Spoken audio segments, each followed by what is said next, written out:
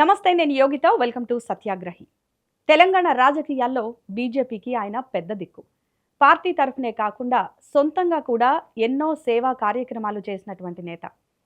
ఇక ఖైరతాబాద్ బీజేపీ అంటేనే గుర్తొచ్చేది ఆయన పేరు. ఆయన మరెవరో కాదు, బీజేపీ సీనియర్ లీడర్ చింతల రామచంద్రారెడ్డి గారు.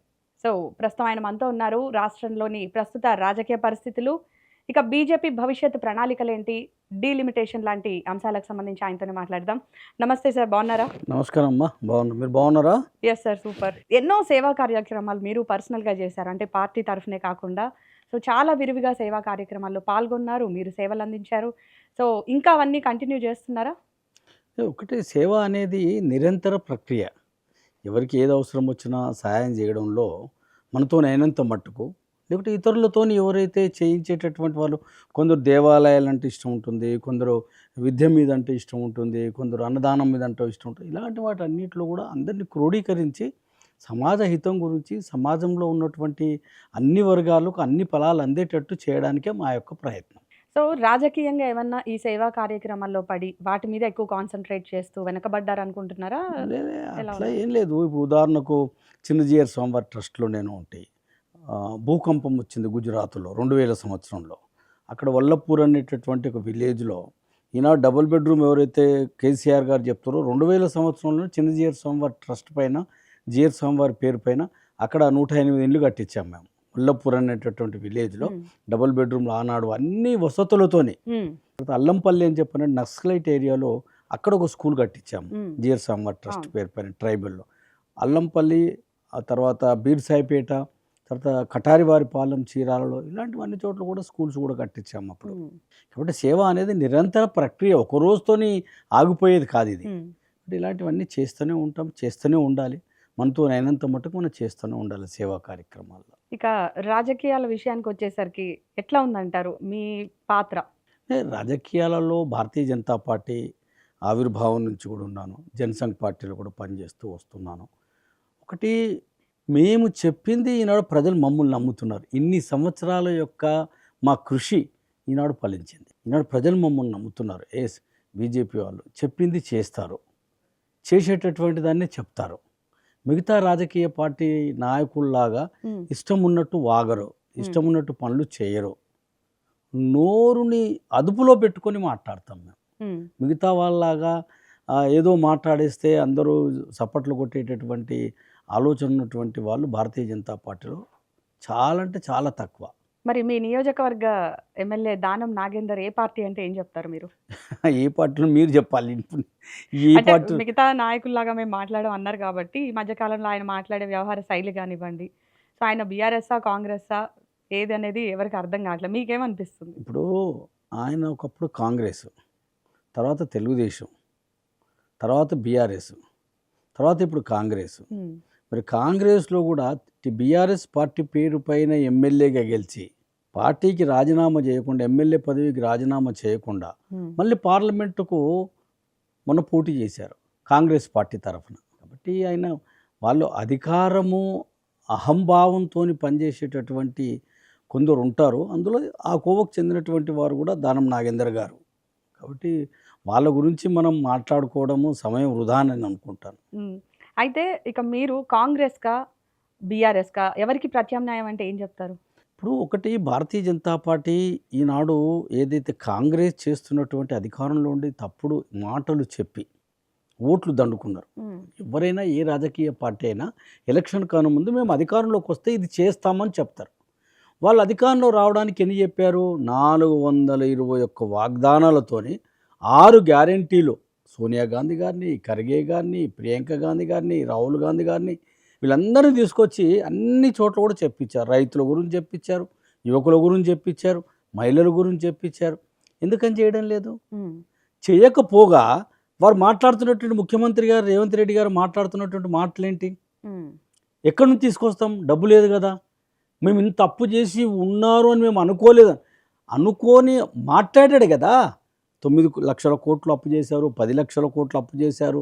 ఈ తెలంగాణ రాష్ట్రం మొత్తం ధనిక రాష్ట్రాన్ని అప్పుల రాష్ట్రంగా మార్చారని కాంగ్రెస్లో అప్పుడైనా ప్రతి మీటింగ్లో కూడా మాట్లాడాడు. నేను అప్పుడు చెప్పలేదు, నాకు తెలియదు అని చెప్పని మంత్రులందరూ కూడా మూకుమ్మడిగా మాట్లాడుతున్నారు. ఎట్లయితే మేకను పట్టుకొని కుక్క కుక్క కుక్క అని చెప్పని అన్నట్టు ఇప్పుడు వీళ్ళు కూడా అంతే జనాలు నమ్ముతారని అనుకుంటున్నారు. భారతీయ జనతా పార్టీ తప్పుడు వాగ్దానాలు చేసి అధికారంలో రావడానికి మేము ప్రయత్నం చేయం ఎప్పుడు కూడా. ఉన్నటువంటి రాష్ట్ర ఆర్థిక పరిస్థితులను దృష్టిలో పెట్టుకొని ఏమి చేయగలమనేది చెప్పి మేము అధికారంలోకి వస్తాం, ప్రజలు మమ్మల్ని నమ్ముతాం. నరేంద్ర మోదీ గారు అదే కదా, వాగ్దానాలు ఎక్కడ చేయడం అయితే లేదు. ఇప్పుడు కాంగ్రెస్ పార్టీ ఇన్ని హామీలు ఇచ్చింది, మీరు చెప్పినవి చెప్పనివి ఇంకా చాలా చాలా హామీలు ఏవేవైతే ఉన్నాయో వీటన్నిటి గురించి కూడా మీరు కేంద్రాన్ని ఒప్పించి తీసుకొని రావచ్చు. మళ్ళీ అన్ని ఈయన మీద యాక్షన్ తీసుకోవడమో ఏవైనా చేయొచ్చు ముఖ్యమంత్రి మీద. సో మీ ప్రయత్నాలు ఎంతవరకు వచ్చాయి? యాక్షన్ తీసుకోవడము ఇప్పుడు కేంద్ర ప్రభుత్వానికి పరిమితులు ఉంటాయి, పరిధులు ఉంటాయి. రాష్ట్ర ప్రభుత్వానికి కూడా పరిధులు ఉంటాయి. అవును. కాబట్టి రాజకీయ పార్టీగా మేము ప్రజల్ని చైతన్యవంతం చేసి రాజకీయంగా లబ్ధి పొందడానికే మేము ప్రయత్నం చేస్తాం, కానీ అధికారాన్ని అడ్డుపెట్టుకొని ఏదో చేయాలనేటటువంటి ఆలోచన భారతీయ జనతా పార్టీకి ఇప్పుడు 11వ సంవత్సరం నడుస్తుంది మేము అధికారంలోకి వచ్చి. మేము ఎప్పుడు కూడా ఎక్కడ రాష్ట్రపతి పరిపాలన పెట్టలేదే, ఎక్సెప్ట్ మణిపూర్లో తప్ప. అమలు అవ్వాలంటే గనక ఇప్పుడున్న పరిస్థితుల్లో ఏం చేయాలి? అమలు అవ్వాలంటే అది ఎవరైతే వాగ్దానాలు చేశారో వాళ్ళు నెరవేర్చాలి, మేం కాదు కదా. అవును. నువ్వు నెరవేర్చుకుంటే, నువ్వు ఎట్లయితే చెప్పి ఓట్లు తీసుకున్నావో అది చేయకుంటే మేము ప్రజల దగ్గరికి పోతాం, ప్రజల్ని చైతన్యవంతులు చేస్తాం. కాంగ్రెస్ పార్టీ మాట్లాడినటువంటి మాటలు సోనియా గాంధీ గారి దగ్గర నుంచి మొదలుకొంటే క్రింది స్థాయి కార్యకర్త వరకు మాట్లాడినటువంటి మాటలన్నింటినీ ప్రజల దగ్గర తీసుకెళ్తాం, ప్రజల్ని చైతన్యవంతులు చేస్తాం. మేము వస్తే ఇది చేస్తాం. మేము వచ్చాం, కేంద్రంలో అధికారంలోకి వచ్చాం. 20 సంవత్సరాల నుంచి మూతపడ్డటువంటి రామగుండం ఎరువుల కర్మాగారము 7,000 కోట్ల రూపాయలతోనే మేము దాన్ని రీఓపెన్ చేయించి ప్రధానమంత్రి గారు స్వయాన్ని వచ్చి దాన్ని రీఓపెన్ చేశారు. ఇది మేము చేసే పనులు, ఇలాంటివి మేము చేస్తాం. ఇంకెన్నో ఉన్నాయి సంక్షేమ పథకాలు. తెలంగాణ రాష్ట్రానికి ఈ 11 సంవత్సరాలలో సుమారు 11.25 లక్షల కోట్ల రూపాయలు తెలంగాణ రాష్ట్రానికి ఇవ్వడం జరిగింది. కానీ నార్త్ని పట్టించుకున్నంతగా కేంద్రం సౌత్ని పట్టించుకోదనే విమర్శలకు ఏం చెప్తారు? నేను ఒక్కటండి, ఇప్పుడు మేము ఏం చేశామనే విషయంలో 2023 జూన్ 17వ తారీఖు నాడు కిషన్ రెడ్డి గారు కేంద్ర మంత్రులు వారు ఆర్టీసీ క్రాస్ రోడ్ దగ్గర ఉన్నటువంటి కళ్యాణ మంటపంలో ఏ పద్ధతులకు ఎంతెంత ఇచ్చామనేటటువంటిది ఆనాటి బీఆర్ఎస్ ప్రభుత్వానికి కాంగ్రెస్ వాళ్లకు చెప్పడం జరిగింది. మేము ఫలానా పద్ధతుల ద్వారా 10 లక్షల కోట్ల రూపాయలు తెలంగాణ రాష్ట్రానికి మేము ఇవ్వడం జరిగింది. మేధావుల్ని ప్రెస్ వాళ్ళందరినీ పిలిచి చెప్పడం జరిగింది. మరి మీరు చర్చకి ఎప్పుడైనా వచ్చారా? దాన్ని ఖండించారా? కనీసము ఎవరు ఖండించలేదు కదా. అంటే మేము 10 లక్షల కోట్ల రూపాయలు తెలంగాణలో మేము అధికారంలో లేకున్నా కానీ 8 మంది ఎమ్మెల్యేలు ఉన్నా కానీ 5 ఎమ్మెల్యేలు ఉన్నా కానీ మేము ఇచ్చాం కదా, మేము చేశాం కదా. రైట్. ఇక నియోజకవర్గ విషయానికి వస్తే ఖైరతాబాద్ నియోజకవర్గానికి చింతల రామచంద్రారెడ్డి గారు చేసిన పనులేంటి? మంచి ప్రశ్న వేశారు. ఖైరతాబాద్ నియోజకవర్గంలో ఉదాహరణకు రాజ్భవన్ ముంగట మదర్సా మక్తా అని పెద్ద బస్తీ, స్లమ్ అనలేము, కాలనీ అనలేము, అదొక పెద్ద బస్తీ. అందరూ కూడా మైనార్టీ సోదరులు 100కి 85-90% అక్కడ నివాసం ఉంటారు. అక్కడ 3366 KV lines, electrical KV lines వైర్లు వెళ్తున్నాయి. సుమారు ఈ 60 సంవత్సరాల లోపట ఒక 150-160 మంది పిల్లలు గాలిపటాలు ఎగిరేస్తూ మిగతా బట్టలు ఆరేస్తూ కూడా చనిపోయారు. అక్కడికి రాజశేఖర్ రెడ్డి గారు ముఖ్యమంత్రిగా వెళ్ళారు, కిరణ్ కుమార్ రెడ్డి గారు ముఖ్యమంత్రిగా వెళ్ళారు, జనార్దన్ రెడ్డి గారు సామ్రాజ్యం అనుకున్నటువంటి ఖైరతాబాద్ కాన్స్టిట్యున్సీకి ప్రాతినిధ్యం వహించినటువంటిది అది. విజయరామారావు గారు మంత్రిగా ఉండి ఆయన ప్రాతినిధ్యం వహించారు. దానం నాగేందర్ గారు ఎమ్మెల్యేగా ఉండే. ఆ వైర్లు ఎప్పుడు కూడా అండర్గ్రౌండ్ కేబులింగ్ వేయలేకపోయారు. కానీ నేను ఎమ్మెల్యే అయిన తర్వాత అండర్గ్రౌండ్ కేబుల్ అయిన ఒక ఉదాహరణ చెప్తున్నది. దగ్గర అది 15-16 కోట్ల రూపాయలతోని నేను ఎలక్ట్రిసిటీ డిపార్ట్మెంట్ వాళ్ళని పట్టుకొని జెన్కో ట్రాన్స్కో వాళ్ళని పట్టుకొని అండర్గ్రౌండ్ కేబులింగ్ ఖైరతాబాద్ ఫ్లైఓవర్ ఏదైతే టైలెంట్ ఇందిరాగాంధీ స్టాచ్యూ ఉందో అక్కడి నుంచి తీసుకొని రాజ్భవన్ నుంచి ముందుకు తీసుకెళ్ళి పక్కనే నేను ఆ కనెక్షన్ ఇప్పించాను, అండర్గ్రౌండ్ కేబులింగ్ ఇప్పించి. అట్లా చాలా చేశాము. స్కూల్స్ విషయంలో కానీ, కమ్యూనిటీ హాల్స్ విషయంలో కానీ, రోడ్స్ విషయంలో. ఇప్పుడు రోడ్ నెంబర్ 10లో వైట్ ట్యాప్ రోడ్ నేను ఎమ్మెల్యే ఉన్నప్పుడే ఫస్ట్ టైం 1.1 కిలోమీటరు అక్కడ శాంపిల్ రోడ్ వేయించడం జరిగింది. దాని తర్వాతనే తెలంగాణ రాష్ట్రంలో వైట్ ట్యాప్ రోడ్ అంటే ఏందనేది. అయితే రోడ్ నెంబర్ 45లో డబుల్ బెడ్రూమ్ ఇళ్ల నిర్మాణం జరిగింది కదా, అందులో మీ పాత్ర ఏంటి? నేనే ఇప్పించాను అవన్నీ పొజిషన్ సర్టిఫికెట్స్ నేనే అక్కడ ఇప్పించాను. రామకృష్ణ కాలనీలో ఇప్పించాను, ఎర్రమంజిల్ కాలనీలో ఉన్నటువంటిది, ఖైరతాబాద్లో కట్టించినటువంటి, ఖైరతాబాద్లో స్వయాన ఆనాటి ముఖ్యమంత్రి అయినటువంటి కేసీఆర్ గారిని తీసుకెళ్ళి అక్కడ కట్టించడం జరిగింది. డబుల్ బెడ్రూమ్ స్టార్ట్ చేసింది నా నియోజకవర్గంలో. రోడ్ నెంబర్ 46 కానీ, ఖైరతాబాద్ కానీ, రామకృష్ణ నగర్లో పొజిషన్ సర్టిఫికెట్లు ఇప్పించడం విషయంలో కానీ చాలా చోట్ల చేయడం జరిగింది. సో 2 టర్మ్లు దానం నాగేందర్ గారు గెలిచినా కూడా ఎందుకని పనులు సక్రమంగా జరగట్లేదంటారు? ఇప్పుడు కాంగ్రెస్ వాళ్ళకు, బీఆర్ఎస్ వాళ్ళకి ఎప్పుడు కూడా ప్రజల సమస్యల మీద స్పందించి పనిచేయాలనేటువంటి ఆలోచన వాళ్ళకి ఎప్పుడు ఉండదు. ఎంతసేపు మేము ఎట్లా అధికారంలోకి రావాలి, సంతుష్టీకరణ రాజకీయాలు, ఓట్ల రాజకీయాలు, ఇవన్నీ కూడా చేస్తూ వాళ్ళు అధికారంలోకి వస్తున్నారు. భారతీయ జనతా పార్టీ కార్యకర్తలు ఎవరు కూడా అలాంటి వాటికి ఎప్పుడు కూడా లోబడి ఉండకుండా ప్రజలకు కావాల్సినటువంటి విషయాల మీద అవగాహనతో మేము పనిచేస్తూ ముందుకు సాగుతాం. అండ్ ఖైరతాబాద్ నియోజకవర్గ బస్తీల్లో చూసుకుంటే ఎక్కడ వేసిన గొంగళి అక్కడే అన్నట్టుంది పరిస్థితి. సో దీనికి కారకులు ఎవరంటారు? నేను ఒకటి ప్రభుత్వమే. నేను ఉన్నప్పుడు, నేను ఎమ్మెల్యే ఉన్నప్పుడు ఫిలిం నగర్లో 20 స్లమ్స్ ఉన్నాయి, ఇప్పుడు బస్తీలైనవి. అక్కడ రోజు మంచినీళ్ళ సప్లై ఇప్పించేవాడిని. అక్కడ సుమారు 12 కమ్యూనిటీ హాల్స్ కట్టియడం జరిగింది ప్రభుత్వంతో నిత్యం పోట్లాడి. పబ్లిక్కి దూరంగా ఉంటున్న దానం నాగేందర్ని గెలిపించామని చెప్పేసి పబ్లిక్కే చెప్తున్న పరిస్థితి అక్కడ స్థానికులు. సో ఎలా చూస్తారు మీరు దీన్ని? తప్పనిసరిగా ప్రజలు ఈనాడు తిరగబడ్డరు. ముఖ్యంగా ఈ కాన్స్టిట్యున్సీలో ఉన్నటువంటి దానం నాగేందరే కాదు, టీఆర్ఎస్, కాంగ్రెస్ 2 పార్టీలపైన ప్రజలు విసుగు చెందున్నారు. ఈనాడు అబద్ధ మాటలు చెప్తారు, కుటుంబ పరిపాలన చేస్తారు, కరప్షన్ ఎక్కువ చేస్తారు, చెప్పినవి చేయరు, ప్రజలకు అందుబాటులో ఉండరు, ప్రజాప్రతినిధులతో మాట్లాడరు, ప్రజలకు కావాల్సినటువంటి అవసరాల గురించి ఎవరికి చెప్పాలనేటటువంటి అనమో రామచంద్ర అని ఉన్నారు. ఈనాడు ఏదైతే దళితులకు ఇచ్చేటటువంటి 10 లక్షల రూపాయలు మేము ఇస్తామని చెప్పడం దళిత బంధు అన్నారు. ఎక్కడ పోయిందా దళిత బంధు? రేషన్ కార్డులు లేవు, రేషన్ షాపులు సరిగ్గా ఎక్కడ కూడా అందుబాటులో లేకున్నటువంటి దూర ప్రాంతాలలో ఉన్నాయి. రోడ్స్ సరిగ్గా పట్టించుకోవడం లేదు. వీధి దీపాలన్నీ కూడా కాలిపోయి ఉంటే కూడా పట్టించుకునే నాదుడే లేడు. అండర్గ్రౌండ్ డ్రైనేజ్ విషయం పట్టించుకోవడం లేదు. మంచినీళ్ళు ఇప్పుడు ఎండాకాలం ఇప్పుడు ఏమవుతుందో తెలియని పరిస్థితి ఉంది. బోర్లన్నీ కూడా కొండెక్కినాయి, అన్నీ కూడా బోర్ల గురించి పట్టించుకునేటటువంటి నాదులు లేరు. స్కూల్స్ విషయంలో మీరు ఎమ్మెల్యేగా ఉన్నప్పుడు గుడి బడి అనే కార్యక్రమం చేశారు. ఏదైతే ప్రభుత్వ స్కూల్స్ కానీ ప్రైవేట్ స్కూల్స్ కానీ అందులో 1st to 10th వరకు మీరు అన్నీ ఫ్రీగా ఇచ్చారు. అది మీరున్న 5 years వరకు కంటిన్యూ అయింది. ఇప్పుడు దానికి అనుగుణంగా ఏమైనా జరుగుతున్నాయా మరి? ఒకటి ఇప్పుడు మేము అంటే అప్పుడు ఎమ్మెల్యే ఉన్నప్పుడు నేను సిఎస్ఆర్ ఫండ్ నుంచి, తర్వాత నా దగ్గర నుంచి నేమీ ఫౌండేషన్ అని పెట్టి బాగా చేశాం. ఒక్కొక్క స్టూడెంట్కు 10 నోట్బుక్స్ కానీ, ఒక బ్యాగ్ కానీ, షూస్ కానీ, అంటే ప్రైవేట్ స్కూల్లో చదువుకునే పిల్లల్లాగా వాళ్ళకి షూజు, సాక్స్, 9th 10th చదివే పిల్లలందరికీ సైకిల్, ఇలాంటివన్నీ కూడా ఇచ్చి ప్రోత్సహించాము. ప్రైవేట్ స్కూల్లో కూడా స్లమ్లలో ఉన్న ప్రైవేట్ స్కూల్లో వాళ్ళకు కూడా ఇవ్వడం జరిగింది. నేను ఇప్పుడు మరి అధికారంలోకి వచ్చినటువంటి వాళ్ళు ఆ పిల్లల గురించి, విద్య గురించి అసలు నేను ముందే చెప్పాను కదా, పట్టించుకోవడం లేదు. ఎందుకంటే నేను బడి గుడి అని చెప్పి 40 గుళ్ళు కట్టించాను. నేను 40 గుళ్ళు కట్టించాము. ఎందుకంటే సామాజికంగా స్లమ్లలో ఉన్నటువంటి వాళ్ళకు ఏదో హాలిడే రోజునో లేకుంటే పూజ చేసుకోవడానికి, అమ్మవారిని సేవించుకోవడానికి, బాబా గారిని సేవించుకోవడానికి, ఇలాంటి వాటి అన్నిటి కూడా ఒకటి ఉండాలి, ఒక సెంటర్ ఉండాలి. అక్కడ అందరు కలవడానికి బాగుంటుంది. ముఖ్యంగా మా అక్క చెల్లెళ్ళు వాళ్ళకు భక్తి భావన ఉంటుంది. పండుగలు వస్తే గుళ్ళోకి వెళ్ళి మొక్కుని వస్తారు. వాళ్ళ పిల్లలు బాగుండాలని, వాళ్ళ కుటుంబం బాగుండాలని, సమాజం బాగుండాలని చెప్పి, మంచి వర్షాలు రావాలని, మంచి విద్య రావాలని, మంచి ఆరోగ్యంగా ఉండాలని చెప్పని, అలాంటి వాటికి అన్నిటి కూడా కొందరి, అందరిని అనలేం, నమ్ముకున్నటువంటి నమ్మకం ఉన్నటువంటి వాళ్ళ గురించి అదొక రకంగా చేశాము. బడి అని చెప్పని పిల్లల విద్య గురించి అని చేశాము.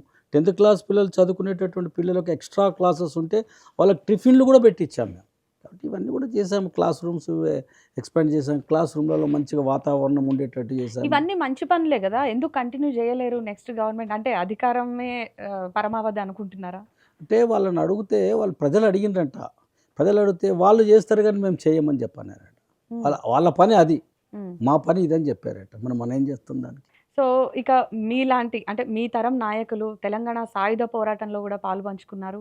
సో అప్పటి పరిస్థితులు ఏంటి? ఇప్పుడు వచ్చినటువంటి తెలంగాణ ఏ రకంగా ఉందంటారు? ఒకటి, ఈ తెలంగాణలో అన్నీ ఉన్నాయి, అల్లు నోట్లో శని అన్నట్టుంది. అధికారంలోకి వచ్చినటువంటి తెలంగాణ ఆవిర్భావం జరిగిన తర్వాత భారతీయ జనతా పార్టీ లేకుంటే తెలంగాణ వచ్చేది కాదు. సుష్మా స్వరాజ్ గారు ఆనాడు పార్లమెంట్లో ఏ రకంగా మద్దతు పలికి వచ్చిందో, దీంట్లో ఉన్నటువంటి సంపదని అందరికీ పంచాలనే ఆలోచన లేకుండా కుటుంబ పరిపాలన కింద వాళ్ళందరూ కూడా సంపాదించుకోవడం జరిగింది. కుటుంబమే మొత్తం రాజ్యం వెళ్ళింది.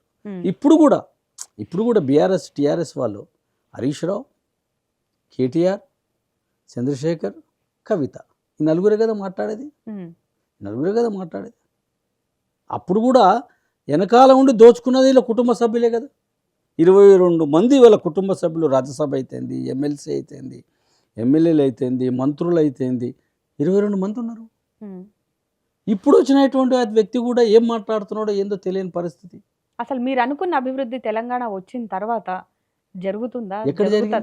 ఎక్కడ జరిగింది? విద్య కుంటుపడ్డది. వైద్యం అనేది పట్టించుకునే నాదులే లేడు. కేంద్ర ప్రభుత్వం నుంచి ఇచ్చేటటువంటి బస్తీ దవాఖానలకే ఈనాడు అది మోక్షం. కానీ వాళ్ళు అసలు బస్తీ దవాఖానలు వెల్నెస్ సెంటర్స్ అని చెప్పని కేంద్ర ప్రభుత్వం ఇచ్చినటువంటి నిధులే. వీళ్ళు మా బస్తీ దవాఖానాలను వీరి పేరు పెట్టుకున్నారు. ఇలా ఉస్మానియా హాస్పిటల్ ఏ రకంగా కుంటుపడ్డదో మనం చూస్తున్నాం. గోషామైల్ స్టేడియంలో కడతామని అంటున్నాడు. ఎక్కడ ఇన్ని సంవత్సరాలు అయిపోయింది కదా, ఎందుకని దాని గురించి పట్టించుకోలేదు? సో తెలంగాణ అభివృద్ధికి సంబంధించి బీజేపీ నేతలు చేస్తున్న కృషి ఏంటి అంటే, ఎమ్మెల్యేలు కావచ్చు, ఎంపీలు కావచ్చు, సీనియర్ లీడర్స్ అందరూ కూడా ఏం చేస్తే బాగుంటుందని అనుకుంటున్నారు? మీ కృషి ఏంటి అసలు? ఒకటి, ఈ వచ్చేటటువంటి ఏదైతే తెలంగాణలో వచ్చేటటువంటి ఇన్కమ్ ఏదైతుందో, ఈ ఇన్కమ్ని కరప్షన్ పేరు పైన ఏదైతే వీళ్ళు దండుకున్నారో, కాళేశ్వరం కావచ్చు, రంగారెడ్డి పాలమూరు ఎత్తిపోతల పథకం కావచ్చు, ఈ కాంట్రాక్ట్స్ కుటుంబ సభ్యులకు దగ్గర వాళ్ళకి ఇచ్చి ఏదైతే దోచుకున్నారో, ఇలాంటివి దోపిడీ గురి కాకుండా భారతీయ జనతా పార్టీ ఈ ప్రజల సొమ్ము, ప్రజలు కట్టినటువంటి ట్యాక్స్ మనీని ప్రజలకే అందేటట్టు అభివృద్ధి అనేటటువంటి ఆలోచనతో మేము పనిచేస్తాం. ఉదాహరణకు కేంద్ర ప్రభుత్వం నుంచి ఈనాడు జాతీయ రహదారులు చూడండి ఏ రకంగా తెలంగాణ రాష్ట్రంలో అభివృద్ధి చెందింది.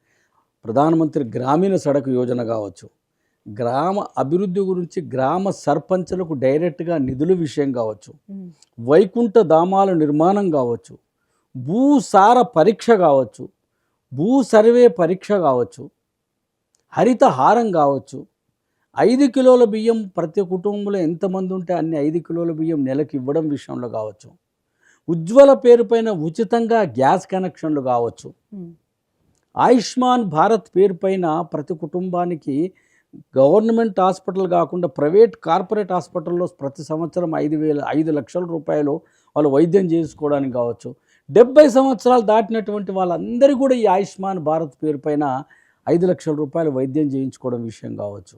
పొదుపు సంఘాలకు మహిళలకు 50,000 రూపాయలు ఉన్నది, ఇలా 20 లక్షల రూపాయలు పొదుపు సంఘాలు, ఒక గ్రూప్కి 20 లక్షల రూపాయలు బ్యాంకు నుంచి తక్కువ వడ్డీ, పావులా వడ్డీకి ఇచ్చేటటువంటి లోన్స్ విషయం కావచ్చు, స్టార్టప్ స్టాండర్డ్ అనే విషయం కావచ్చు, జన్ధన్ యోజన కావచ్చు, ముద్రా బ్యాంక్ కావచ్చు, ఇలా నేను చెప్పుకుంటూ పోతే 123 పథకాలు కేంద్ర ప్రభుత్వం నుంచి దేశం మొత్తంలో ఉన్నటువంటి 140 కోట్ల మందికి అందుతుంది. ప్రధానమంత్రి ఆవాస్ యోజన 4 కోట్ల ఇళ్ళు నిర్మాణం చేసి ఇచ్చారు ఈ 10 సంవత్సరం. ఇంకా రాబో రోజులలో ఇంకో 3 కోట్ల ఇళ్ళు నిర్మాణం చేయాలని చెప్పని కేంద్ర ప్రభుత్వం నిర్ణయం తీసుకుంది.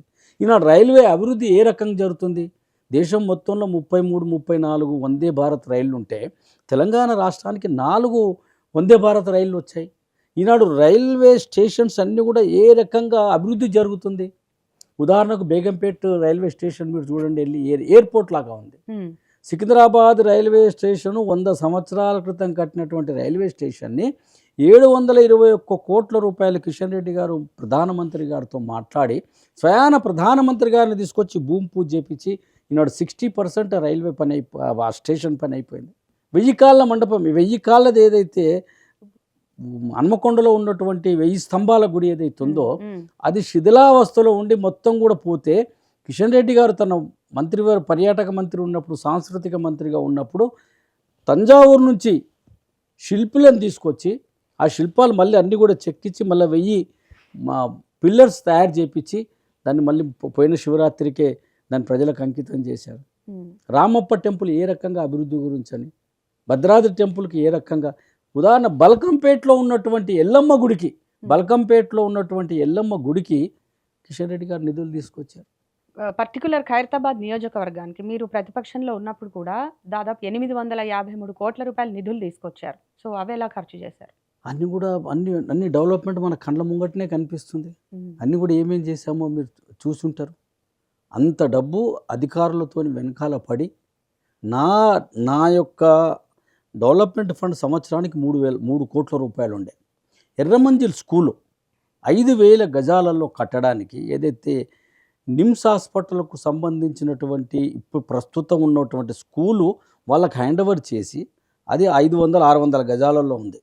అలాంటిది 5,000 గజాలు ఖైరతాబాద్ దగ్గర హైవేకి దగ్గర 5,000 గజాలు రెవెన్యూ డిపార్ట్మెంట్ ల్యాండ్ తీసుకొని 7 కోట్ల రూపాయలు నా నిధుల నుంచి అక్కడ డబ్బులు పెట్టడం జరిగింది కలెక్టర్ ఆఫీస్లో. ఈరోజు కూడా ఆ నిధులు అక్కడే ఉన్నాయి. నేను ఓడిపోయిన తర్వాత ప్రభుత్వం దాన్ని కొండెక్కిచ్చేసింది. స్కూల్ నిర్మాణం జరగలేదు. బ్రహ్మాండమైన స్కూల్ కట్టాలని ప్రయత్నం చేసిన రాజ్భవన్ స్కూల్ మీరు చూడండి ఏ రకంగా నిర్మాణం జరిగింది. ఫిలిం నగర్లో ఉన్నటువంటి పాత రౌండ్ టేబుల్ స్కూల్ని మళ్ళీ అడిషనల్గా ఏ రకంగా చేశాము. వినాయక్ నగర్ నుండి ఫిలిం నగర్లో అక్కడ 60 లక్షల రూపాయలతోని బ్రహ్మాండమైన ఒక స్కూల్ కట్టించాము. అక్కడ స్థానికంగా పిల్లలందరూ చదువుకోవడానికి అట్లా చాలా కూడా చేస్తూ ఆ నిధులతో తీసుకొచ్చి చేయాలనే తపనతోని ఈ కాన్స్టిట్యున్సీని ఒక మోడల్ ఖైరతాబాద్ నియోజకవర్గంగా చేయాలని చాలా ప్రయత్నం చేసినాం. బడి గుడి అనేటటువంటి నినాదంతో చేయడం జరిగింది. ప్రజలకు చాలా దగ్గరగా ఉండి 5 సంవత్సరాలు చాలా వాళ్ళకి కావాల్సిన అవసరాల మీద అవగాహనతో పనిచేసిన నాకున్నటువంటి అనుభవం అంతా కూడా ఎమ్మెల్యే అయిన తర్వాత చేయాలనే తపనతో నేను చేశాను. ఇక బీజేపీ మత రాజకీయాలు అనేవి తెలంగాణలో అనుకున్నట్టుగా ముందుకెళ్ళట్లేదా అంటే ఏమంటారు? మత రాజకీయాలు ఎక్కడుంది? ఎక్కడ మతం ఉంది? నా ధర్మం గురించినే మాట్లాడతా. మీరు బొట్టు పెట్టుకున్నారు, నేను బొట్టు పెట్టుకున్నా, ఇంకోరు టోపీ పెట్టుకుంటారు. మేము టోపీ పెట్టుకున్నా ఎందుకు టోపీ పెట్టినాను అంటున్నామా? ఒకరు నిలువు బొట్టు పెట్టుకుంటారు, ఒకరు అడ్డబొట్టు పెట్టుకుంటారు.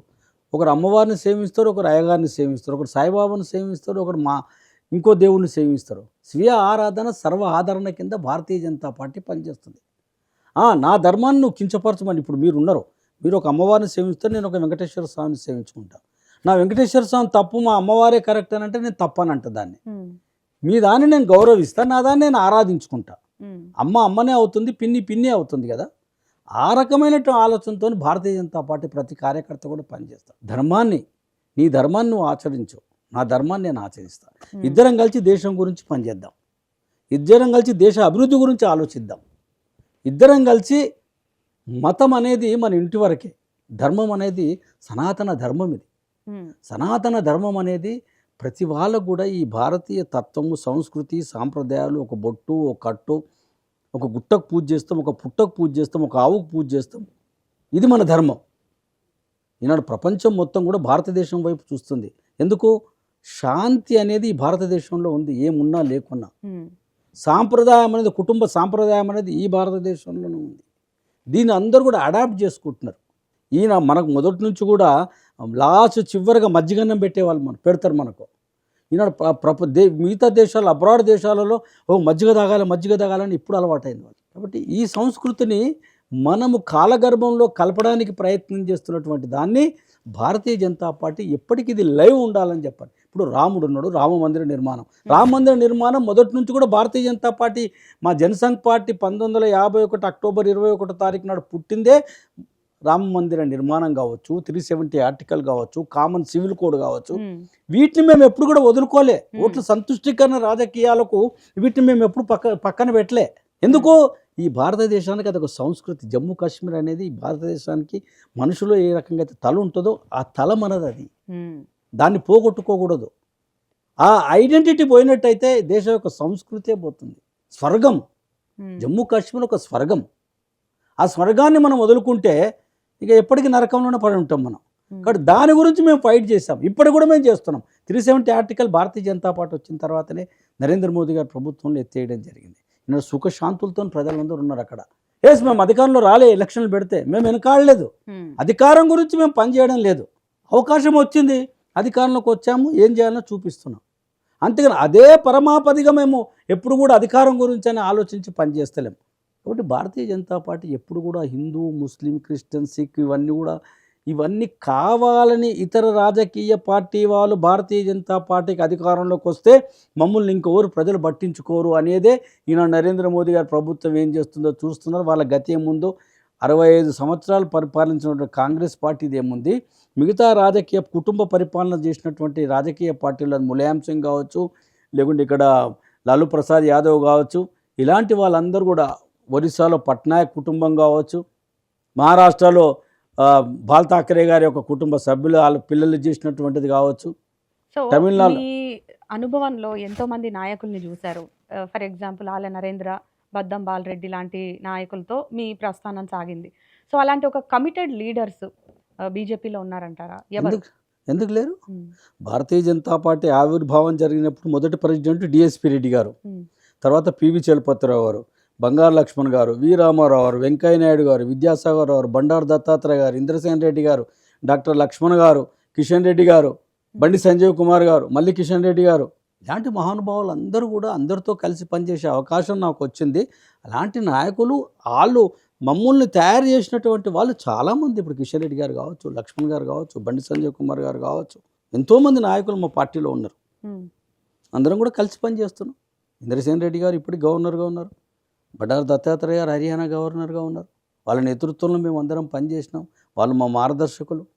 సో బేసిక్గా వాళ్ళు మిమ్మల్ని ఎలాంటి విషయాల్లో ఇన్స్పైర్ చేశారు? దేశభక్తి, ఉమ్, దైవభక్తి, సమాజ హితము, సేవా భావన, నిరంతరం ప్రజల మధ్య నుండి ప్రజలకు కావాల్సిన అవసరాల మీద, అది కార్మిక క్షేత్రం కావచ్చు, విద్యారంగం కావచ్చు, సాంస్కృతిక రంగం కావచ్చు, అన్ని రంగాలలో మనము ఆరితేరి వాళ్ళకు కావాల్సినటువంటి విషయాల మీద అవగాహనతో పనిచేసేటటువంటి నాయకత్వ లక్షణాలని వ్యక్తి నిర్మాణం చేయడంలో వాళ్ళు మాకు నేర్పించినటువంటి గుణం. ఉమ్, వ్యక్తి నిర్మాణమే మా యొక్క ఆలోచన విధానం. వ్యక్తి నిర్మాణం అయితే సమాజ కళ్యాణానికి బాగుంటుంది. కాబట్టి వ్యక్తి నిర్మాణం అనేది మన మొదటి నుంచి మా యొక్క ఆలోచన విధానం. ఆ రకంగా మేము పనిచేస్తున్నాం. చేయించారు మాతో. ఉమ్. ఇక స్థానిక సంస్థల ఎన్నికలు జరుగుతాయంటారా? గతంలో చూసుకుంటే జిహెచ్ఎంసీ ఎన్నికల్లో మెజారిటీ స్థానాలు సాధించారు కాబట్టి ఈసారి మీ అంచనా ప్రకారం ఎన్ని సాధించవచ్చు అనుకుంటున్నారు? ఒకటి నాడు మేము ముందే చెప్పాను తమరికి, భారతీయ జనతా పార్టీ మీద నమ్మకం ప్రజలకు కుదిరింది. ఇప్పుడు గత 3 సంవత్సరాల క్రితము హైదరాబాద్, మహబూబ్ నగర్, రంగారెడ్డి జిల్లా టీచర్స్ కాన్స్టిట్యున్సీ యొక్క ఎన్నికలు జరిగినాయి. ఎమ్మెల్సీ ఎన్నికలు భారతీయ జనతా పార్టీ గెలిచింది. సుమారు 40 అసెంబ్లీ నియోజకవర్గాలు. మొన్న ఏదైతే కరీంనగర్, మెదక్, ఆదిలాబాద్, నిజామాబాద్ అంటే 13 జిల్లాలు కొత్తవి, పాతవి 4 జిల్లాలు. అక్కడ టీచర్స్, గ్రాడ్యుయేట్ 2 ఎలక్షన్లు జరిగినాయి. 2 భారతీయ జనతా పార్టీ గెలిచింది. అంటే సుమారు మొన్న జరిగినటువంటి, అంతకుముందు జరిగినటువంటి ఎన్నికలు గిట్టు తీసుకున్నట్టయితే 92, 93 అసెంబ్లీ నియోజకవర్గాలలో ఈనాడు భారతీయ జనతా పార్టీ పట్టుంది. 3 సీట్లు గెలిచాం మేము కౌన్సిల్లో. ఒకప్పుడు మాకు 8 సీట్లు ఉండేది. వి రామారావు కావచ్చు, పివి చలపతిరావు కావచ్చు, జూపూడి యజ్ఞనారాయణ గారు కావచ్చు, డిఎస్పి రెడ్డి గారు కావచ్చు, వైసీ రంగారెడ్డి గారు కావచ్చు, ఎల్ఎస్ రాజు గారు కావచ్చు, డాక్టర్ రాజేశ్వరరావు గారు కావచ్చు, ఇలాంటి వాళ్ళందరూ కూడా మేధావులంతా మాకు కౌన్సిల్లో ఉండేవారు. 8 ఉండేవి మాకు. ఈసారి 3 వచ్చాయి మాకు. 3 మేము డైరెక్ట్గా విద్యార్థికులు, అధ్యాపకులు మమ్మల్ని గెలిపించారు. కాబట్టి రేపు రాబో కార్పొరేషన్ ఎన్నికల్లో కానీ లోకల్ బాడీ ఎన్నికల్లో కూడా ఈసారి మేము భారతీయ జనతా పార్టీకి వేయాలి, రాబో ప్రభుత్వం కూడా భారతీయ జనతా పార్టీని తీసుకురావాలంటే ఆలోచనతోనే నా ప్రజలు ఉన్నారు. తప్పనిసరిగా గతసారి హైదరాబాద్ కార్పొరేషన్ ఎన్నికల్లో 48 సీట్లు మేము గెలిచాం. 150లో 48 గెలిచాం. మజ్లీస్తో కుమ్ముక్కైనటువంటి బీఆర్ఎస్ పార్టీ, కాంగ్రెస్కు 2 సీట్లు ఉండే, 2-4 ఉండే కాంగ్రెస్కు, పెద్దగా లేకుండే. ఈనాడు పార్టీ ఫిరాయింపు చేసి 29 తెచ్చుకున్నారు. మళ్ళీ మజ్లీస్ వాళ్ళు అంతకుముందు బీఆర్ఎస్కు చేశారు, ఇప్పుడు కాంగ్రెస్ చేశారు. మజ్లీస్ అనేది మతోన్మాద, అసలు ఆ పార్టీ పేరులోనే ఉంది మతోన్మాదం. మజ్లీసే హితహాదే ముస్లిం అని చెప్పని. వాళ్ళు ఏ అధికారంలో ఎవ్వరుంటే వాళ్ళతోని లాలుచిపడి పని చేయించుకోవడానికే అధికారంలో ఉన్నటువంటి వాళ్ళతోని ఒత్తాసు పలుకుతారు. భారతీయ జనతా పార్టీ అలాంటి రాజకీయాలు చేయదు.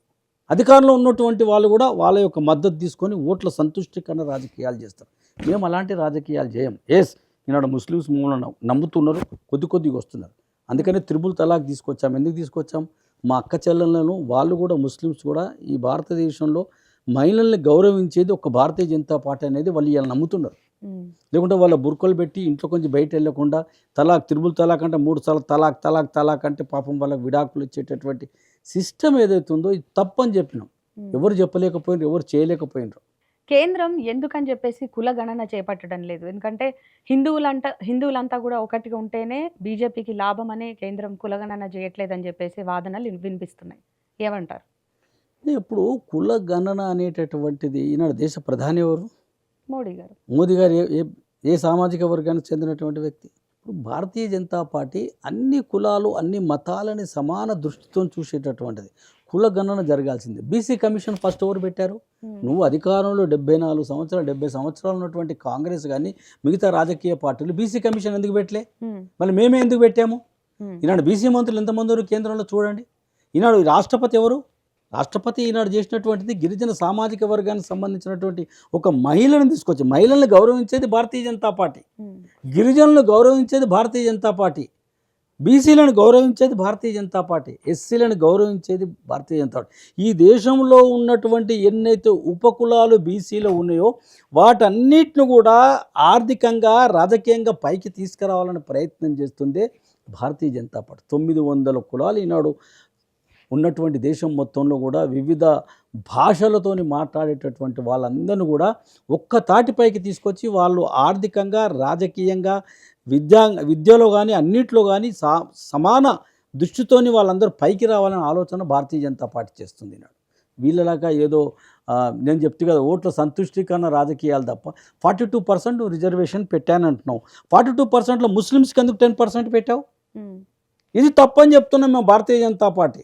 సో ఇప్పుడు మరి బీసీ రిజర్వేషన్ బిల్లు అసెంబ్లీలో ఆమోదం పొందింది. నెక్స్ట్ ఇంకా నిర్ణయం తీసుకోవాల్సింది కేంద్రమే కాబట్టి మీ పార్టీ నేతలు ఒప్పిస్తారా మోదీని? నేను ఒక్కటండి, అందులో 10% తీసేయమని చెప్పండి, 42% డైరెక్ట్ బీసీలకు పెట్టమని మేము ఒప్పిస్తాం.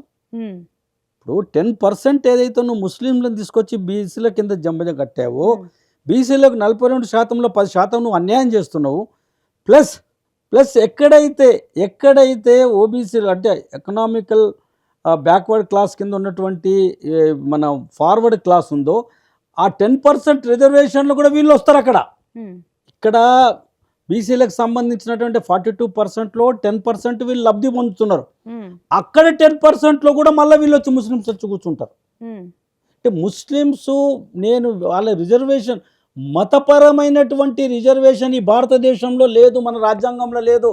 డాక్టర్ బాబాసాహెబ్ అంబేద్కర్ రచించినటువంటి రాజ్యాంగంలో మతపరమైనటువంటి రిజర్వేషన్ లేదు. కాబట్టే దాన్ని మేము వ్యతిరేకిస్తాం. ముస్లిమ్స్కి వ్యతిరేకం కాదు. ఓట్ల సంతుష్టీకరణ రాజకీయము ఇప్పుడు కాదు, 1951 నుంచి పండిత్ జవహర్లాల్ నెహ్రూ గారు చేస్తున్నటువంటి ఏదైతే ఓట్ల సంతుష్టీకరణ రాజకీయం, ఆనాడు డాక్టర్ శ్యామాప్రసాద్ ముఖర్జీ గారు, డాక్టర్ బాబాసాహెబ్ అంబేద్కర్ గారు, సర్దార్ వల్లభాయ్ పటేల్ గారు ఏదైతే దానికి వ్యతిరేకం చేసినటువంటి దాన్ని నెహ్రూ గారు ఓట్ల గురించి అని చేసిండ్రు, ఇందిరాగాంధీ గారు కూడా ఓట్ల గురించి చేసిండ్రు. ఈనాడు ముస్లిం సోదరులు నేను ఛాలెంజ్ చేసి చెప్తున్నా, అడగాల వాళ్ళు ఎంతమంది ఐఏఎస్ ఆఫీసర్స్ 1947 నుంచి ఇప్పటి వరకు ఉన్నారు, ఎంతమంది ఐపీఎస్ ఆఫీసర్స్ అప్పటి నుంచి ఇప్పటిదాకా ఉన్నారు. దామాషా పద్ధతి ప్రకారం వాళ్ళ యొక్క జనాభా సంఖ్య ప్రకారం కూడా ఎంతమంది ప్రపోర్షనట్గా వచ్చారో చెప్పండి, డిక్లేర్ చేయమని చెప్పండి. సోకాల్డ్ మజ్లిస్ వాళ్ళు కానీ, అధికారంలో ఉన్న కాంగ్రెస్ వాళ్ళు ఇక్కడ కాంగ్రెస్ వాళ్ళు కానీ, అక్కడ మాట్లాడుతున్నటువంటి రాహుల్ గాంధీ గారు కానీ వైట్ పేపర్ అనౌన్స్ చేయమని చెప్పండి. ఎంతమంది బ్యాంక్ ఎంప్లాయీస్ ఉన్నారు, ఎంతమంది డిఫెన్స్లో ఉన్నారు, ఎంతమంది వ్యాపారంలో ఉన్నారు, ఎంతమంది మిగతా చదువుకున్నటువంటి వాళ్ళు ఉన్నారు. ఈ మధ్యలో తప్ప నరేంద్ర మోదీ గారు ప్రధానమంత్రి, అటల్ బిహారీ వాజ్పేయి గారు ప్రధానమంత్రి అయిన తర్వాత, అటల్ బిహారీ వాజ్పేయి గారు ఎక్స్టర్నల్ అఫేర్స్ మినిస్టర్ అయిన తర్వాతనే పాస్పోర్ట్లు ఈజీగా చేస్తేనే వాళ్ళు ఇతర దేశాలకు వెళ్ళి డబ్బులు సంపాదించారు. అలాంటి సంస్కృతి సాంప్రదాయాలు ఉన్నటువంటి వ్యక్తులం భారతీయ జనతా పార్టీ కార్యకర్తలు. మేము ఎవరికి వ్యతిరేకం కాదు, కానీ ఓట్ల గురించి మమ్మల్ని బ్లేమ్ లేపుతూ, మా పార్టీని బ్లేమ్ లేపుతూ వాళ్ళు పబ్బం గడుపుకుంటూ వచ్చారు ఇన్ని రోజులు. ఇక ముందు గడుపుతారని నేను అనుకోను. దాని ఉదాహరణే తెలంగాణలో కూడా 2 గ్రాడ్యుయేట్ కాన్స్టిట్యున్సీ మొన్న జరిగినటువంటి 15 రోజుల కింద జరిగినటువంటి ఉత్తర తెలంగాణలో భారతీయ జనతా పార్టీ జెండా ఎగరవేసింది. విద్యార్థికులు, ఉపాధ్యాయులు భారతీయ జనతా పార్టీకే పట్టం కట్టారు. ఇది కాంగ్రెస్ వాళ్ళ యొక్క కనువిప్పు కావాలి. ప్రజలు ఈనాడు మా వైపు తిరుగుతున్నారు, అందుకని లోకల్ బాడీ ఎలక్షన్ కూడా పోస్ట్పోన్ చేస్తున్నాడు. ఈ 42% బీసీ అనే రిజర్వేషన్ కూడా తెరపైకి తెచ్చాడు. దాని వెనకాల ఉన్న 10% తీసామని, ముస్లిం 10% తీసామని ఈనాడు బీసీలు కూడా గుర్తెరిగినరు. బీసీలు కూడా భారతీయ జనతా పార్టీ వైపు. ఫస్ట్ బీసీ కమిషన్ ఈ దేశానికి పెట్టిందే భారతీయ జనతా పార్టీ. సో ఇక డీలిమిటేషన్ మీద మీ అభిప్రాయం ఏంటి? ఇప్పుడు ప్రతి 20-25 సంవత్సరాలు జరిగేటటువంటి డీలిమిటేషన్లో ఎట్లా జరుగుతుందో సిస్టమ్ ఏదుందో అదే సిస్టమ్. ముఖ్యంగా తెలంగాణ లేదా దక్షిణాది రాష్ట్రాలకే అన్యాయం జరుగుతుంది. ఎందుకు అన్యాయం జరుగుతుంది? ఎందుకని ఏదో అంటారు చూడండి, రైలు సిగ్నల్ అంటే రైలు సిగ్నల్ అనేది రెండు కూడా ఇంగ్లీష్ పదం. ఇవాళ పుట్టిన మాటలు వచ్చిన బాబు దగ్గర నుంచి మొదలుకుంటే 100 సంవత్సరాల ముసలమ్మ వరకు కూడా రైలు సిగ్నల్ అంటేనే వాళ్ళకి అర్థమవుతుంది. దాన్ని తెలుగులో అనువాదం చేసినాం అనుకో ఏ రకంగా ఉంటుంది? ధూమ శకట గమన సూచక లంబ కంబ తామ్ర పట్టిక. అర్థమవుతుందా? ఆ రకం ఉంది ఇప్పుడు కాంగ్రెస్ వాళ్ళది, ఆ రకంగా ఉంది బీఆర్ఎస్ వాళ్ళది. కాబట్టి మనుషులకు కావలసినటువంటి విషయాల మీద అవగాహనతో పనిచేయకుండా అధికారమే మా ధ్యేయం అనేటటువంటి ఆలోచనతో సంతుష్టీకరణ రాజకీయాలు ఆనాటి నుంచి ఈనాటి వరకు 1947 నుంచి ఇప్పటి వరకు కూడా చేస్తున్నటువంటి దాన్ని ప్రజలు గుర్తెరిగినరు. దేశం మొత్తంలో కూడా ఈనాడు 29 రాష్ట్రాలలో సుమారు 20 రాష్ట్రాలలో భారతీయ జనతా పార్టీ అధికారంలో ఉంది. 20 రాష్ట్రాలలో సామాన్యమైన విషయం కాదు ఇది. Right sir. ఇక యూనివర్సిటీ పేరు మార్పు విషయానికి వస్తే పొట్టి శ్రీరాములు తెలుగు యూనివర్సిటీని సురవరం ప్రతాప్ రెడ్డి యూనివర్సిటీగా మారిస్తే మీకున్న అభ్యంతరాలు ఏంటి? కమ్యూనిస్టు వాళ్ళ యొక్క వలలో చిక్కుకొని కాంగ్రెస్ పార్టీ, అది ఇంతకుముందు నేను చెప్పాను కదా, మళ్ళీ ఓట్ల సంతుష్టీకరణ రాజకీయం. ఇప్పుడు కమ్యూనిస్టు వాళ్ళు పార్టీతో నువ్వు కలిసి సాంగత్యం చేసావు, నీకు వాళ్ళకి మెజార్టీ ఉందా, ఒక ఎమ్మెల్సీ సీట్ ఇచ్చావు కదా. ఎందుకని? దేశం మొత్తంలో కూడా వాళ్ళ ఓట్లు దండుకొని రేపు నువ్వు అధికారంలో రావడానికి భారతీయ జనతా పార్టీని కమ్యూనిస్ట్ వాళ్ళు మొదటి నుంచి కూడా వీళ్ళు ముస్లిమ్స్కి వ్యతిరేకము అని చెప్పడంలో ముందు వరుసలో ఉంటారు. అంటే అహ్మదాబాద్ స్టేడియానికి మోదీ పేరు ఎందుకు పెట్టుకున్నారని చెప్పేసి కాంగ్రెస్ నేతలు ప్రశ్నిస్తున్నారు. మరి రాజీవ్ గాంధీ ఇంటర్నేషనల్ ఎయిర్పోర్ట్ అని ఎందుకు పెట్టుకున్నారు? ఒక్కటి పేరు పెడతాలకే అది వచ్చేసిందా? మీకు అంత ఉలుకు వచ్చేసిందా? ఇందిరమ్మ ఇండ్లు అని చెప్పని, ఇందిరా పరిపాలన అని చెప్పని, గరీబీ ఆటో ఇందిరమ్మ అని చెప్పింది. ఇన్ని అంటే ఏం లేదు, ఒక్క స్టేడియంకి పేరు పెడతాలకే మీకు అది వచ్చిందా? పెట్టకూడదా? పెట్టకూడదని చెప్పండి. ఒక పని చేద్దాం, మీరు అన్ని పేర్లు తీసేయండి, మేము కూడా తీసేస్తాం. మీరు అన్ని స్టాచ్యూలు తీసేసేయండి, మేము కూడా తీసేస్తాం. మరి ఈ చెర్లపల్లి రైల్వే టెర్మినల్కి పొట్టి శ్రీరాములు పేరు పెట్టుకుందాం, కిషన్ రెడ్డి గారు కానీ బండి సంజయ్ కానీ మోదీ గారి దగ్గర పర్మిషన్ తీసుకొని రండి అని చెప్పేసి సీఎం రేవంత్ రెడ్డి సవాల్ విసిరారు. సీఎం రేవంత్ రెడ్డి గారికి అసలు ఏం మాట్లాడతాడో ఏం చేస్తాడో అవగాహన లేకుండా చెర్లపల్లి రైల్వే స్టేషన్ పేరు వచ్చింది. ఇవాళ కొత్తగా మేము పెట్టినామా చెర్లపల్లి అని? దానికి బీజేపీ పొట్టి శ్రీరాములు నువ్వు అధికారంలో ఉన్నప్పుడు ఎందుకు పెట్టలే? నీ Rajiv Gandhi international airport, N T Rama Rao international ఎయిర్పోర్ట్ని తీసేసి సోనియా గాంధీ గారిని తీసుకొచ్చి నువ్వు రాజీవ్ గాంధీ అని పెట్టి మార్చుకున్నటువంటి వ్యక్తివి. అప్పుడు చేసినటువంటి చెర్లపల్లి రైల్వే స్టేషన్ ఎందుకు మార్చలేదు? అప్పుడు పొట్టి శ్రీరాములు ఎందుకు పెట్టలే? రాజీవ్ గాంధీ దానికి ఇంటర్నేషనల్ ఎయిర్పోర్ట్కు నువ్వు doctor Babasaheb Ambedkar international airport అని ఎందుకు పెట్టలే? కుమరం భీమ్ అని ఎందుకు పెట్టలే? చాకల ఐలమ్మ పేరు ఎందుకు పెట్టలే? చెప్పండి. ఎందరో మహానుభావులు ఉన్నారు కదా, వాళ్ళ పేర్లు ఎందుకు పెట్టలే? రామకృష్ణ పరమహంస గారిది ఎందుకు పెట్టలే? వివేకానందుడిది ఎందుకు పెట్టలేదు? వీర సావర్కర్ది ఎందుకు పెట్టరు? భగత్ సింగ్ది ఎందుకు పెట్టరు? చంద్రశేఖర్ ఆజాద్ గురించి ఎందుకు మాట్లాడరు? సో ఇప్పుడు ఈ పేరు మార్పులు ఇలాంటి అంశాలన్నీ తేవడం కూడా డైవర్షన్ అనే అంటారా? ఈ దేశం గురించి, దేశ హితం గురించి, దేశం యొక్క స్వాతంత్రం గురించి పోరాటం చేస్తూ ప్రాణాలు అర్పించినటువంటి నవ్వుతూ ఉరుకంబం ఎక్కినటువంటి మహానుభావుల పేర్లంతా కూడా నువ్వు లిస్ట్ అవుట్ చేసి ఇవే మేము పెడతాం, పెట్టిస్తాం. దాని ఇక అధ్యక్షుడి విషయానికి వస్తే, తెలంగాణ రాష్ట్ర అధ్యక్షుడి విషయానికి వస్తే, ఎందుకని అధ్యక్షుడి ప్రకటన లేట్ అవుతుంది? అప్పుడే న్యూ ఇయర్కి వచ్చేస్తుంది అన్నారు, తర్వాత సంక్రాంతికి వస్తుంది అన్నారు, ఇంకా లేట్ అవుతూనే ఉంది. ఎవరు అనలే, మీరే ప్రెస్ వాళ్ళే అంటున్నారు, మేము ఎక్కడని చెప్పామా? భారతీయ జనతా పార్టీ నేతలే అక్కడక్కడ అంటున్నప్పుడు అవి బయటకు వస్తాయి. పార్టీ నేతలు అనేటటువంటిది అవగాహన లేనటువంటి వాళ్ళు ఎవరైనా మాట్లాడితే దానికి నేను బాధ్యుని కాదు, మా పార్టీ బాధ్యత కాదు. భారతీయ జనతా పార్టీ ఇది ఒక అచంచలమైనటువంటి కార్యకర్తల సమూహంతో నడిచేటటువంటి పార్టీ భారతీయ జనతా పార్టీ. ప్రపంచంలోనే మొదటి స్థానంలో పార్టీ మెంబర్షిప్, బోకస్ మెంబర్షిప్ కాకుండా ఆన్లైన్ మెంబర్షిప్ చేసినటువంటి పార్టీ భారతీయ జనతా పార్టీ. సుమారు 18 కోట్ల మంది ఈనాడు భారతీయ జనతా పార్టీలో మెంబర్షిప్ ఉన్నారు. బూత్ స్థాయి నుంచి ఒక పోలింగ్ బూత్లో 1000 ఓట్లు ఉంటే అక్కడ మేము 12 మందిది కమిటీ వేసుకున్నాం. ఒక బూత్ ప్రెసిడెంటు, ఒక బూత్ సెక్రటరీ, ఒక booth vice president, Mann Ki బాత్కు ఒక ఇన్ఛార్జ్, ప్రధానమంత్రి గారు మాట్లాడేటటువంటి ప్రతి నెల ప్రతి మాసం కూడా ప్రపంచంలో ఏ నాయకుడు మాట్లాడినటువంటి రోజులు ఎక్కువ వారాలు ఎక్కువ నెలలు మాట్లాడినటువంటిది మన ప్రధానమంత్రి నరేంద్ర మోదీ గారు. దానికి ఒక ఇన్ఛార్జ్, మహిళల గురించి ఒక ఇన్ఛార్జ్, కేంద్ర ప్రభుత్వం నుంచి వచ్చేటటువంటి లబ్ధిదారులు ఎవరైతే ఉంటారో దానికి ఒక ఇన్ఛార్జ్. ఈ 12 మందిలో సో అట్లా మాది ఒక కమిటీ ఉంటుంది. అట్లా తెలంగాణ రాష్ట్రంలో కూడా మేము ఆ కమిటీలు వేసుకున్నాం. మన తెలంగాణ రాష్ట్రంలో 38 జిల్లాలు భారతీయ జనతా పార్టీకి ఉన్నాయి. అంటే మా ఆర్గనైజేషనల్ పరంగా 38 ఉన్నాయి. రెవెన్యూ పరంగా గవర్నమెంట్వి 33 ఉన్నాయి. మేము 5 జిల్లాలు మా ఎక్కువ ఉన్నాయి. ఈ 38 జిల్లాలలో మేము 36 జిల్లాల యొక్క అధ్యక్షులు నిన్నటికి మేము ప్రకటించుకున్నాం. ఇంకా 2 జిల్లాలు మేము ప్రకటించాలి. నంబర్ 1. నంబర్ 2 ఏంటంటే మా యొక్క ఆల్ ఇండియా ప్రెసిడెంట్ ఎన్నికలు కూడా ఈ యొక్క స్టేట్లో జరిగినటువంటి జిల్లా అధ్యక్షులు కానీ నేషనల్ కౌన్సిల్ మెంబర్స్ అని ఉంటారు. నేషనల్ కౌన్సిల్ మెంబర్స్ వేసుకున్న తర్వాత జిల్లా అధ్యక్షులు అయిన తర్వాత జాతీయ అధ్యక్షులు అవుతారు. కాబట్టి మాకు అంచెలంచెలుగా ఇప్పుడు జిల్లా అధ్యక్షులు అయిపోయారు. కాబట్టి నేషనల్ కౌన్సిల్ మెంబర్స్ వేసుకున్న తర్వాత రాష్ట్ర అధ్యక్షులు కూడా అనౌన్స్ చేస్తారు. రాష్ట్ర అధ్యక్షుల తర్వాత జాతీయ అధ్యక్షులు అవుతారు. జాతీయ అధ్యక్షులు అయ్యే ముందు రాష్ట్ర అధ్యక్షులు అవుతారు. కాబట్టి ఈ పార్టీ ప్రక్రియలో 10 మంది కూర్చొని, పెద్దవాళ్ళు కూర్చొని, అనుభవం ఉన్నటువంటి వాళ్ళు కూర్చొని, రాష్ట్ర జాతీయ పదాధికారులు కూర్చొని ఎవరైతే బాగుంటుంది అనేటటువంటిది ప్రజాస్వామ్య పద్ధతిలో ఆలోచించి మా యొక్క రాష్ట్ర అధ్యక్షుని చేస్తారు. సో ఈ బీజేపీ రాష్ట్ర అధ్యక్ష పదవి రేసులో మీరు ఉన్నారా లేదా? నేను ఉన్నానా లేనా పార్టీ నిర్ణయం చేస్తుంది. నేను పార్టీ కార్యకర్తని, పార్టీ సైనికుని, పార్టీ ఏది చెప్తే అది చేసేవాడిని. ఇన్ని సంవత్సరాల నుంచి నేను ఈ పార్టీలో పనిచేస్తాను. పార్టీ ఆవిర్భావం కానీ అంతకుముందు జనసంఘ్ పార్టీలో కానీ సుమారు ఒక 40 ఏళ్ల నుంచి కూడా 55 సంవత్సరాల నుంచి నేను ఈ పార్టీలో పనిచేస్తాను. 40 ఏళ్లకు పైగానే 45 సంవత్సరాలైంది పార్టీ 1980 ఏప్రిల్ 6వ తారీఖు ఏళ్లుగా మీరు పార్టీ సేవలు అందిస్తున్నారు. మీకెందుకు రాష్ట్ర అధ్యక్ష పదవి రావట్లేదు? పార్టీ వాళ్ళు ఆలోచిస్తారు. పార్టీ ఇంకా నాకన్నా ఇంకా మంచి వాళ్ళు ఉన్నారు. మీరెందుకు ప్రయత్నించట్లేదు? ప్రయత్నం అనేది భారతీయ జనతా పార్టీలో ప్రయత్నం చేస్తూ వచ్చేది ఏది ఉండదు. పని చేస్తూ పోవాలి అంతే.